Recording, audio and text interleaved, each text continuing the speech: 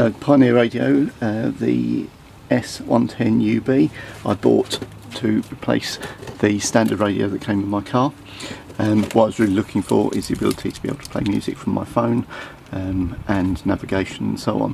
One of the things I was looking for is the mention of compatible with Android, so that I was able to use it with the phone. Problem I've found is that compatible with Android is slightly misleading in that you need to use the Pioneer Arc app to be able to play anything from your phone onto the stereo unit. So it is not as standard as many radios where you can just plug the phone in and the Android works fine. The Pioneer Arc app is pretty rubbish. It's not something I'd recommend. This is the Pioneer radio fitted in my car. I needed it when the original radio for the car failed, and I wanted a basic option to replace it. It's pretty good. It's a very slimline one. It doesn't have a CD player, so it doesn't go very far back into the dashboard. The radio has presets for radio stations.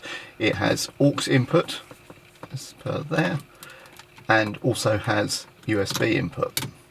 Problem I found with the USB is you can use a memory stick and have, let's say, a memory stick to plug in and play music off that.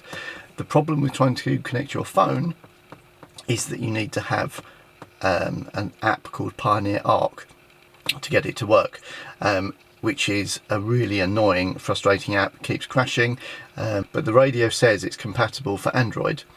The issue I've got is that technically that might be the case, but it's not just a case of plugging your phone in and Android Auto working. You need the special Pioneer app to work.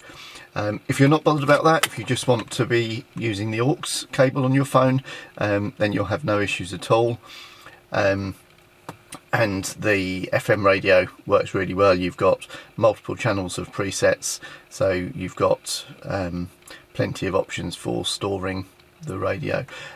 You have the source button to flick between the different options. As soon as you plug in the USB, it will automatically switch to that source.